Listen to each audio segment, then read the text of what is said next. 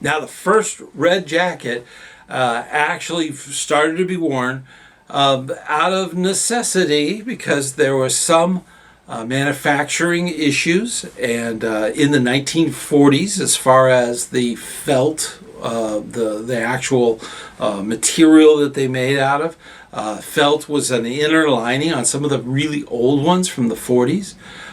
They also had, it's a wool jacket, so it's extremely warm, and it's lined. So this is one of those things that kind of developed over time. There's a lot of debate, but it seems to focus around the second Scout executive and Philmont. And there's debate about it, okay? and that whole thing is just, it's outside the realm of where it else, the actual choice. There's many different variations of the red wool jacket, and there's different types that we'll talk about. Now, the original Scout leader, the Scout master, would wear a Mackinac jacket. It had 4 pockets, 2 on the breast and 2 down below, and it had a built-in belt that was actually part of the jacket. That was the original Scout leader jacket, and it varied from being a dark gray, even plaid. I've seen them in different styles, but it never really had a consistency, and that was a problem. And they wanted that consistent jacket, a very plain jacket, one that could be repaired, one that would last a lifetime. Now, the original jacket was red to be identifiable. If you're out in the field, all green and blue sky, red kind of stands out.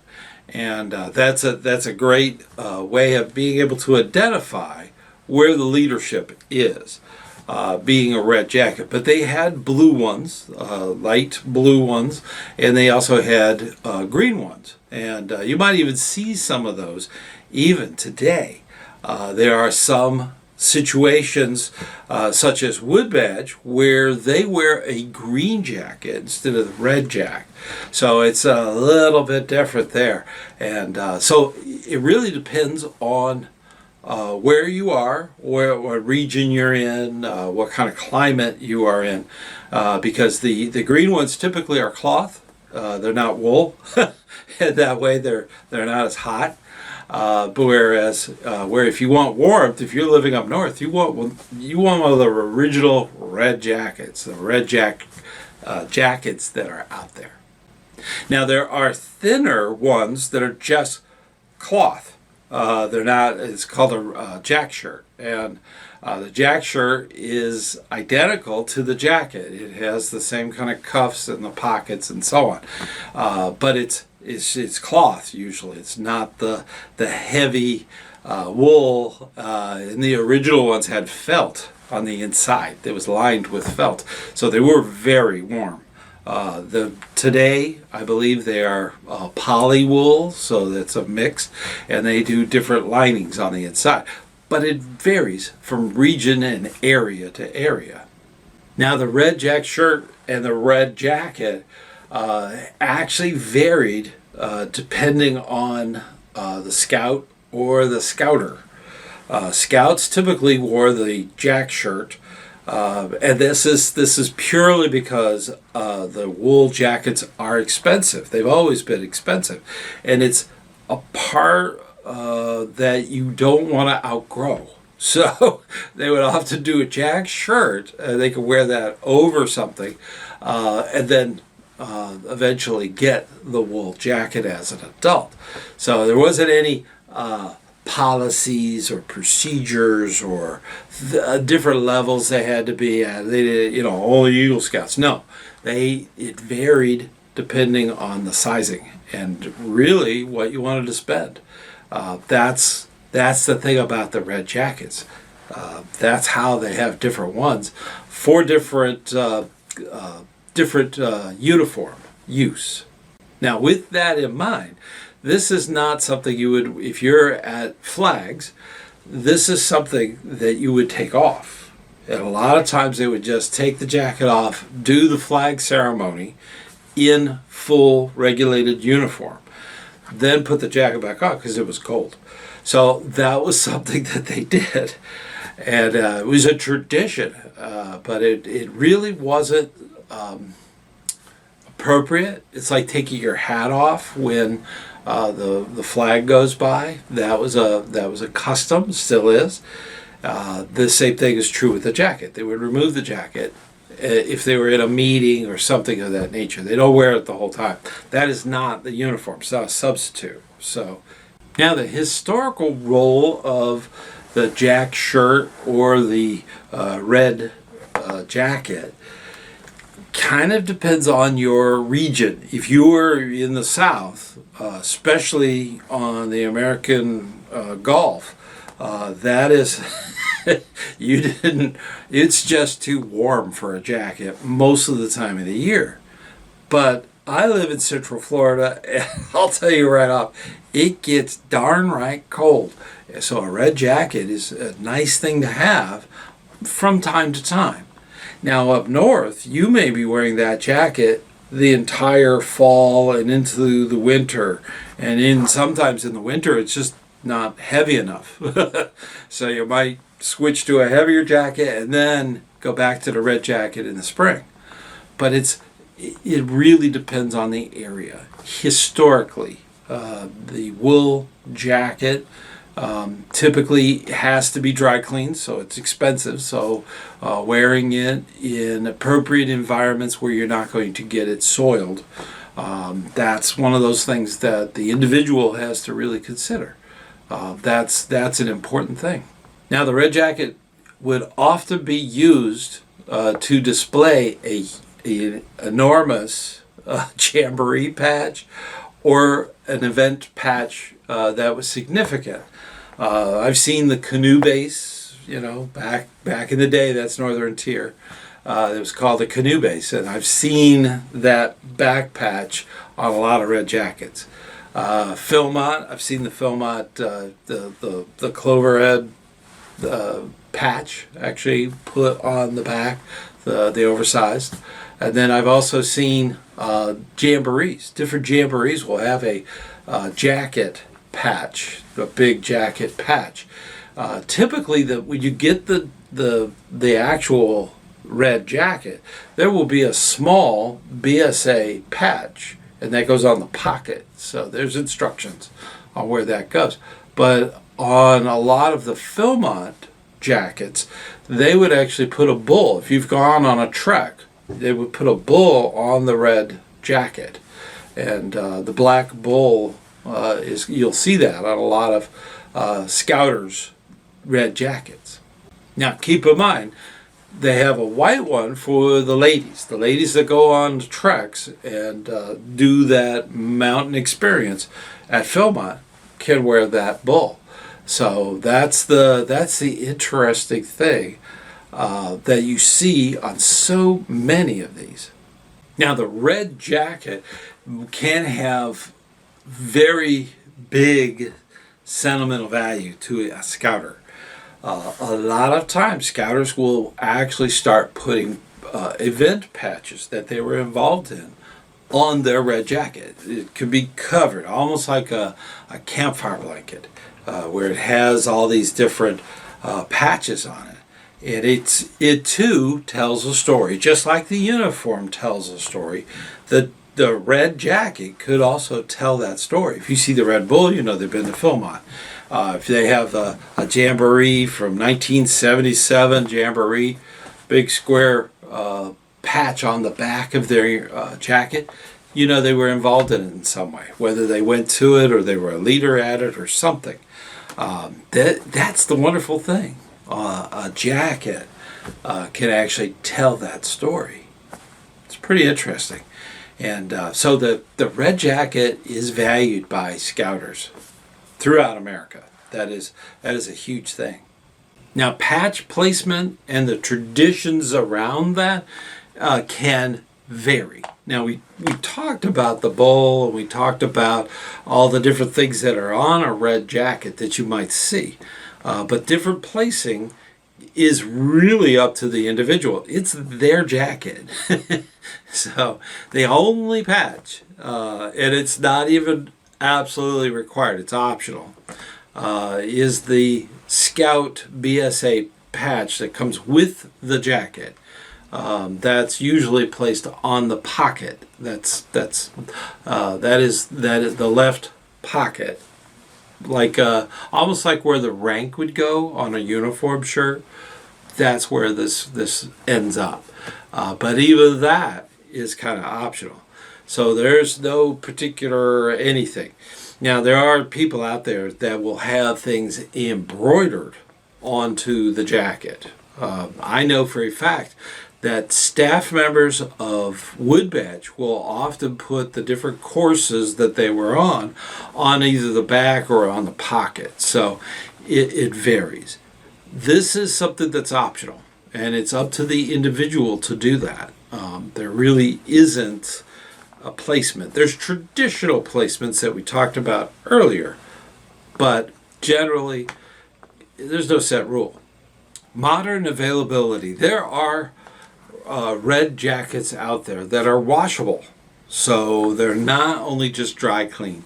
They're a poly wool, which is a combination of those fibers, and they are washable.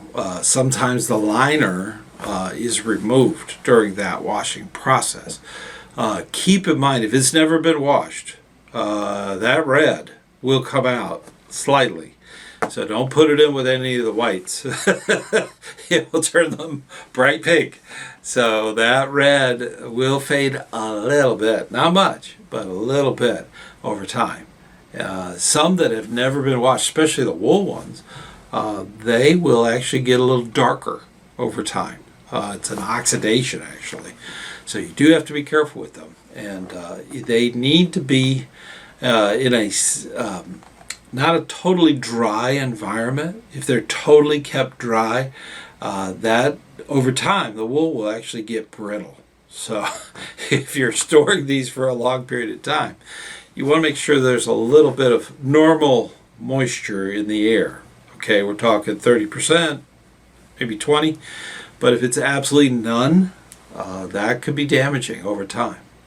Now you will find these jackets on eBay. You'll find them on all kinds of auction areas. You might even see them at estate sales. These are very valuable collectible items. So be forewarned. There's different kinds, different ones. Look for the supply division logo. It's a round logo that's in there. So make sure that it is authentic. There are lookalikes. There are a lot of, there's no patent per se on that design. So, a lot of coat companies may come up with something very similar. So do your research. There's a lot of that kind of stuff. And now the traditional wool jackets, you do have to make sure that there's a little bit of moisture in the air, not a lot, because then you go in the other direction. You have to have a little bit of moisture in the air. Wool over time shrinks. It's a strange effect. It might even drop a size. So if you normally wear a large, you might want to get an extra large, just so that over time, as it starts to relax a little bit and kind of tighten up the fibers, that's the thing about it. It relaxes in certain areas like the arms, and it tightens up around the waist. So that's the neat thing about wool. It will kind of conform to its shape, and that's one of those things. If you got the moisture right, you keep it clean, keep it away from fires, little sparks, you'll be fine. A jacket will last you many lifetimes. You'll be able to hand that down, provided it's taken care of. There are personal stories in that jacket. There's events they've been a part of, national jamborees, where all the scouts from all over America came together. That jacket might have been at the closing ceremony of those things. That's the neat thing about the red jacket. If it's a jack shirt, it might have been one of the original ones that the OA would wear when they were having their adventures at Philmont. These are things that went on in the past that have a wonderful story. And when you see these, and it's unique, you need to take a moment and really start to absorb the information that's being shown to you in a red jacket or a jack shirt. Now, things change in scouting. There might come a day when the red jacket is actually more formally regulated, or suggestions in the guide to where things go on that jacket. But for right now, as filming this video, it's optional. All of it is very optional. There's traditional placements, but nothing required. There would be nothing for a bandana to be sewn onto it, okay, or a neckerchief, or a merit badge sash, or something like that. Can be actually included as part of the jacket. There's things you could do like that, and that would definitely tell a story. But there are traditions, and typically even the polywool jackets, the washable wool, those are expensive. So you really don't want to mess them up with a bunch of patches you really don't care about. You want to put things on there that have deep and meaning, and that's the thing about scouting. We do that kind of thing.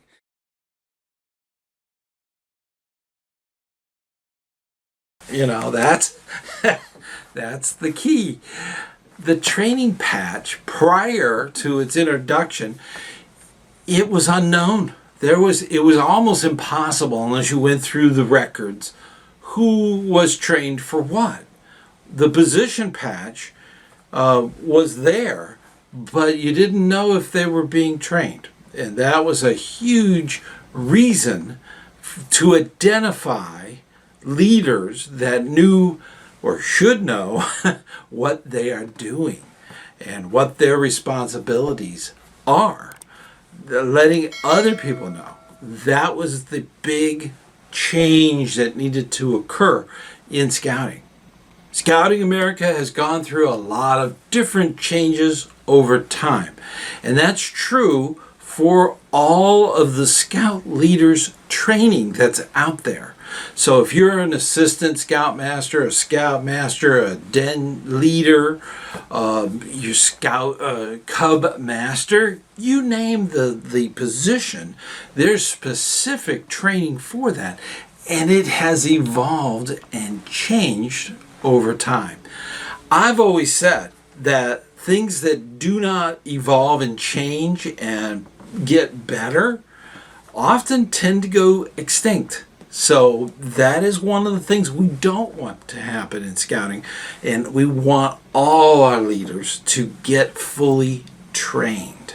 Now, the birth of the trained strip started in 1980. This was also when the uniform changed. We went from a green uniform, green shirt and green pants, to more of a green pants and a tan shirt that you see today. That's when this training strip first got out there. And it was for leaders, and it was red. It had a red with tan. That's where it started. And that particular training strip was to be put right next to the position patch.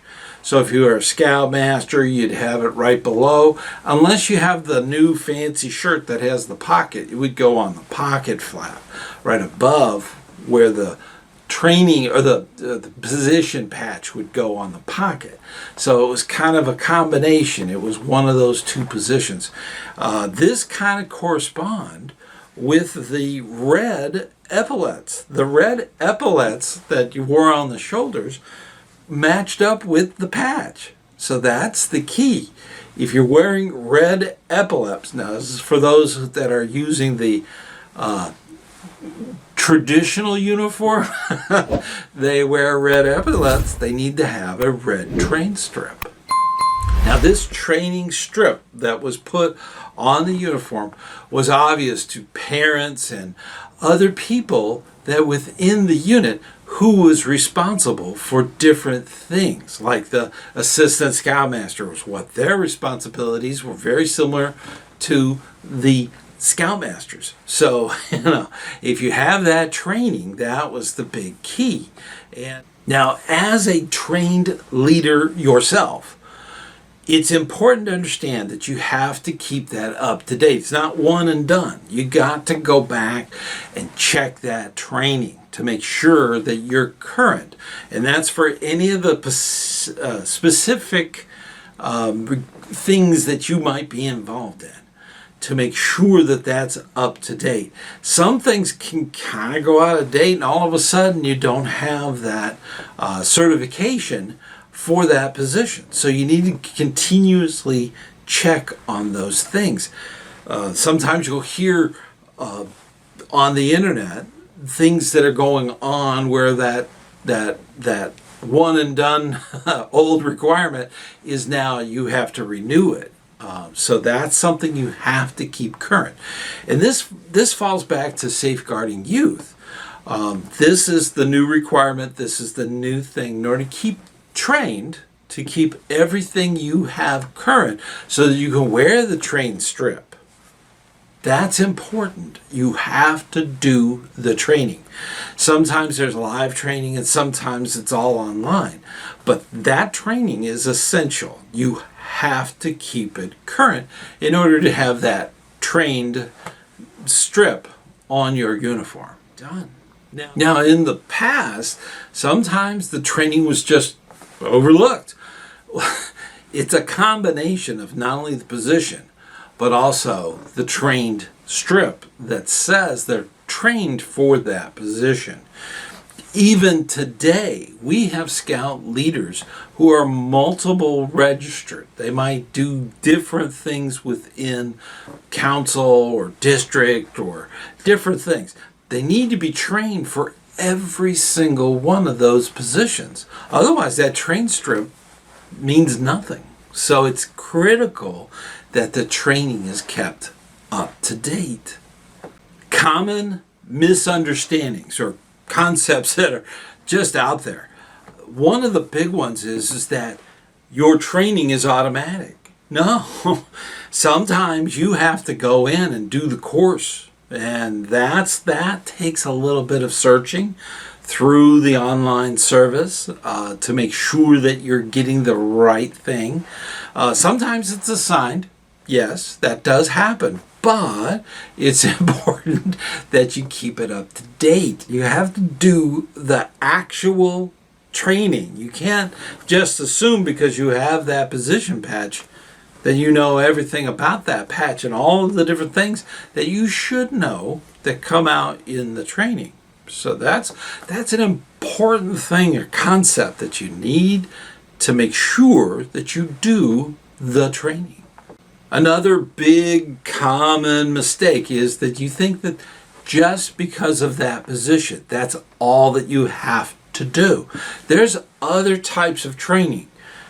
For instance, if you're a scoutmaster or an assistant scoutmaster, hazardous weather needs to be done in addition.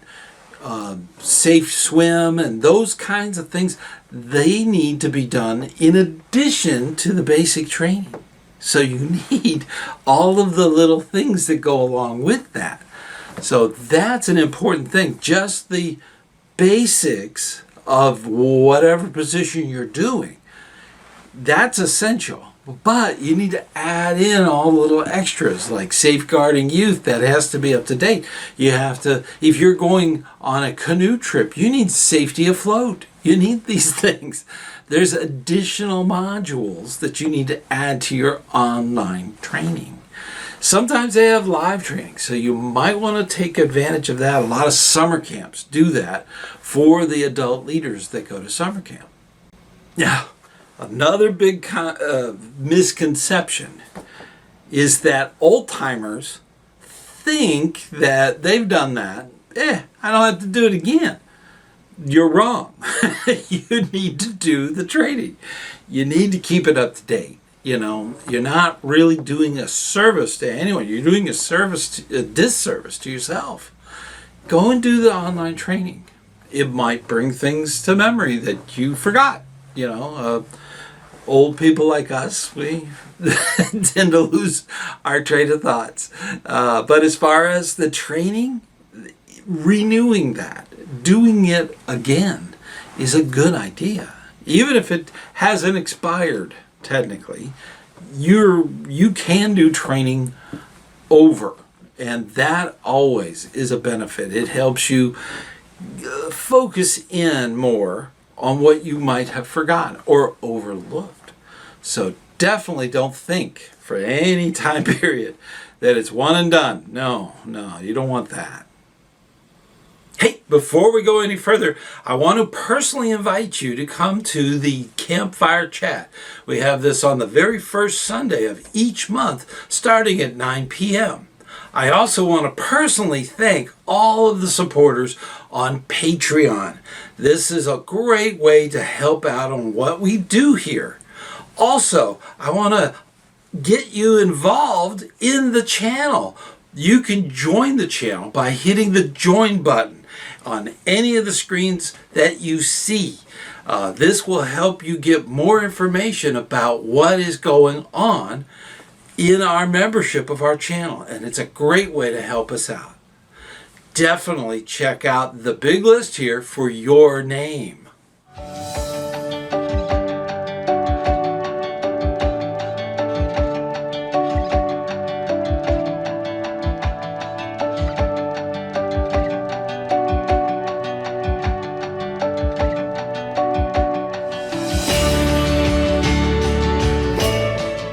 Why this matters even today. The train strip sets a precedence within your unit that these are trained leaders. That's the thing.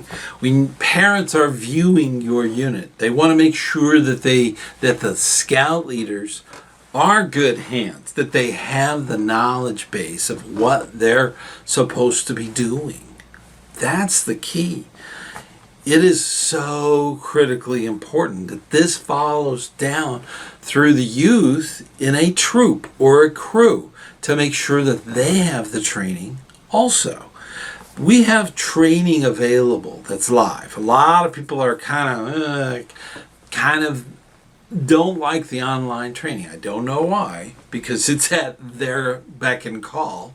But they don't like the mechanized, generic training. They want the live stuff. It is available, so you have to look for it within your district. If you're an old-timer and you want to bring that back, that's fine. Okay, you need to talk to your district within your council to make sure that you could do some training like that. You could actually head that up and have different training days, so you could do the live training. It's not exclusive for online. Good case in point with the youth. That training is done within the unit. That's a big thing. And they do the training and they give out the strip, and it's done live. There's also council training for youth, known as National Youth Leadership Training, NYLT. That is something that you need to look into. I often call it the Wood Badge for Youth, because it's a week-long thing and it's amazing, okay? The whole phases that they go through. Amazing. Leader. Now, do you have an actual ceremony recognizing adult leaders and youth leaders with their train stripped? This is something, this train strip is so critical to be recognized. When you do that, it's not just automatically put onto the uniform and everything. You have to have some kind of recognition.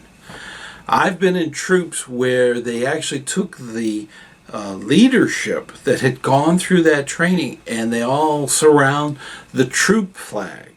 and they do the scout oath, and they're all presented with that training strip. So incredibly important that there's a ceremony to recognize that with your unit, whether it be a pack, a troop, a crew, whatever. It is so critical that we recognize the leaders that have made the effort to make sure that they're fully trained for their position. That training strip, even though it's a small patch, it has so much meaning. And by doing a ceremony to recognize it, it really cements it together, that meaning along with that patch. The uniform tells a story, and it should be something to be proud of. Wear it with pride. Now,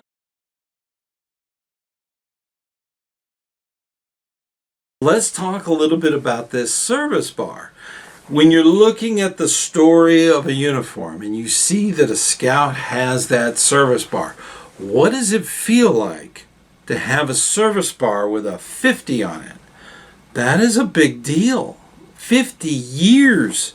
That's amazing. That is also a big responsibility. You want to continue. You want to keep going and going and going. It is very important that we think about that service. That 50 years is a huge accomplishment. For every unit that gets 50 years, there's many, many others that never make it.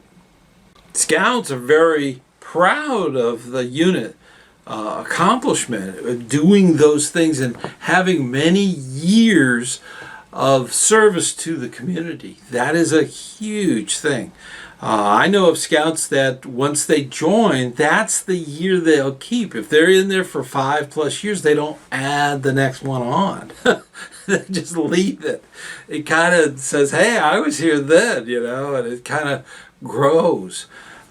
There's the scout leaders are the same. We're very proud of all that hard work we do year after year. So important. Now, this bar actually started off kind of defining the units that were doing it right, the ones that were keeping their charter and keeping things going, becoming part of their community. That was a big thing in scouting, still is. So keep in mind, the veterans bar that's on that number is very important to that unit. They've been continuously doing it and being a part of their community. It's important that we look at that. I know of units that are over 100 years of service. It's amazing. Amazing. Now, how this actually works is important.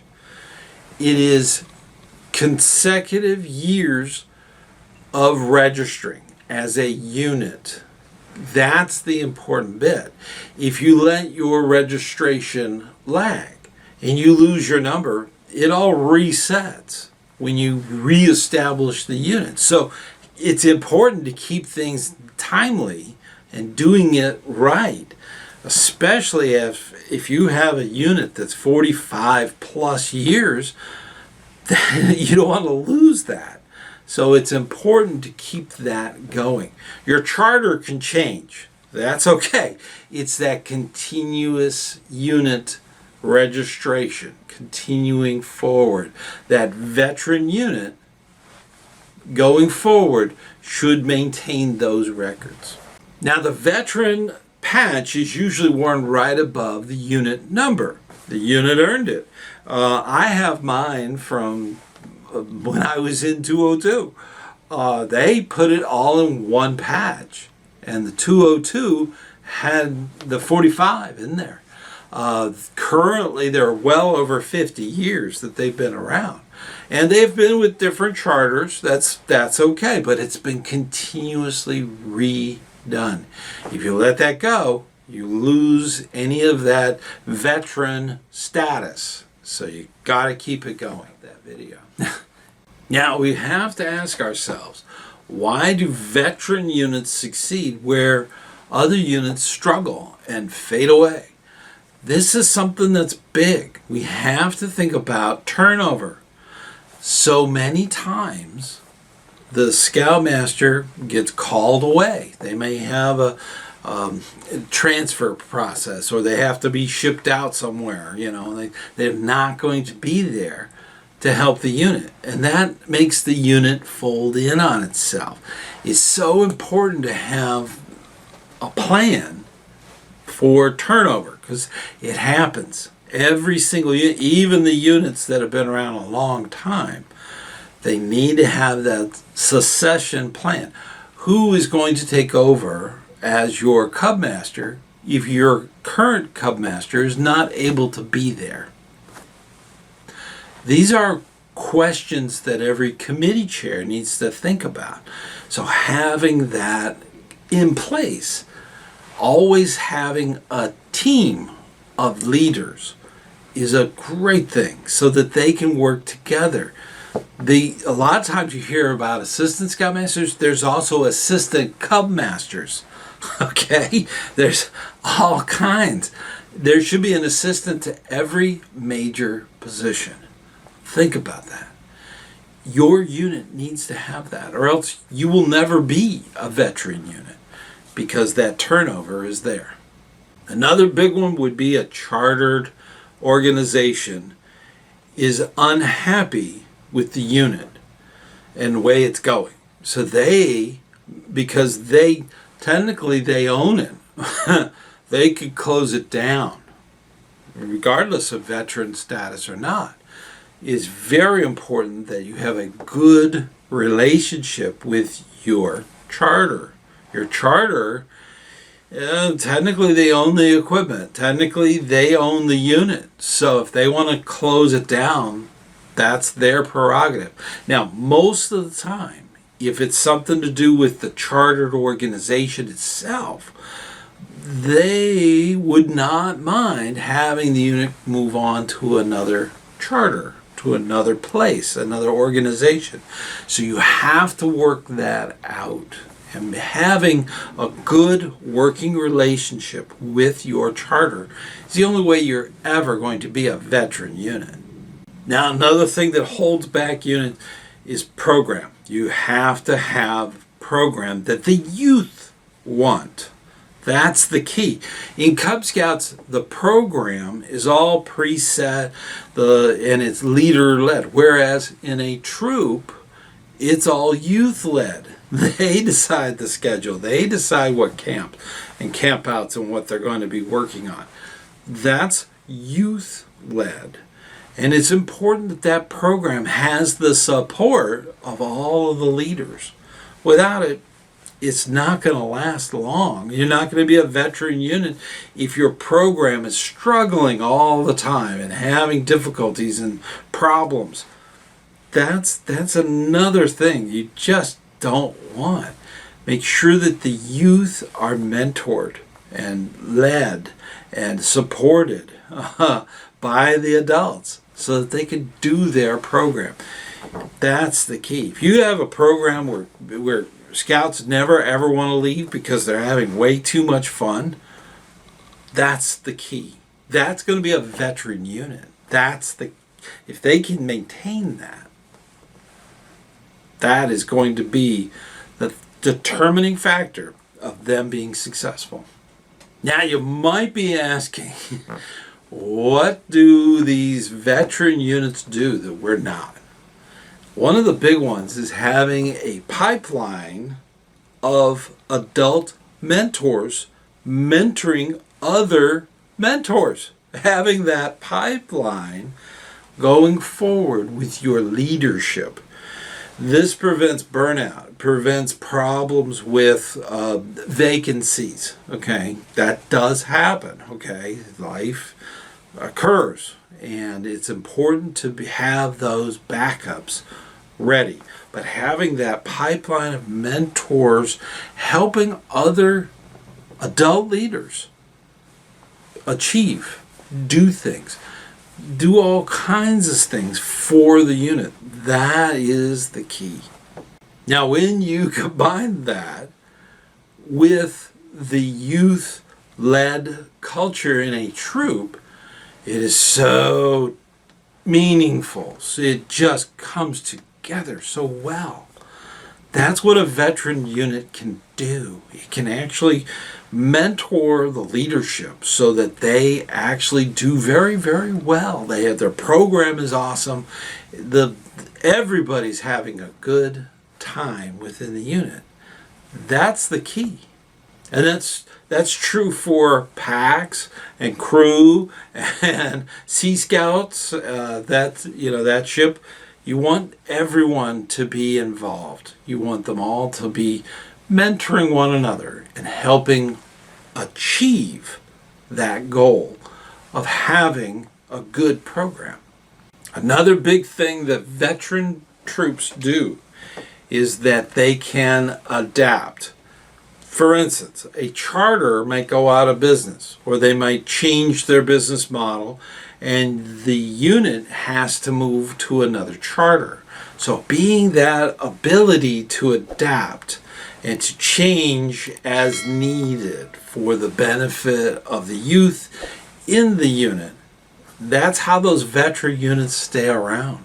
They may have to go to a different charter. And that's the thing about a veteran unit. The ability to think on their feet, to actually do those things. Very important. And another big critical part of that is being part of the community. Is so critical for a unit that's out there, veteran units especially, to be part of the community. They are doing service projects for that community. They may be anything from a park cleanup to actually having your Eagle projects focus around some of the community events. That's huge. You have to have that involvement. Out of sight, out of mind. That's the thing. You got to be right there with that community. You need to have that relationship so that you can do those things. That's an important part in there. Now we do a lot for our scouts. Please keep up that good hard work and keep going and moving towards a veteran patch. So important to your scouts, important to your scouters. To see that on a uniform is remarkable, and it's an important thing. But as you know, it can be difficult. And one of the hardest parts I have found is that there are a lot of adults that just drop off the kids and don't want to step up, and that's not good. But you can find talents within your adults that are part of your unit. Make them a part of the unit. It's so critical that we get them involved. So definitely check out the video right over there. And till next time, I'll see you on the trail.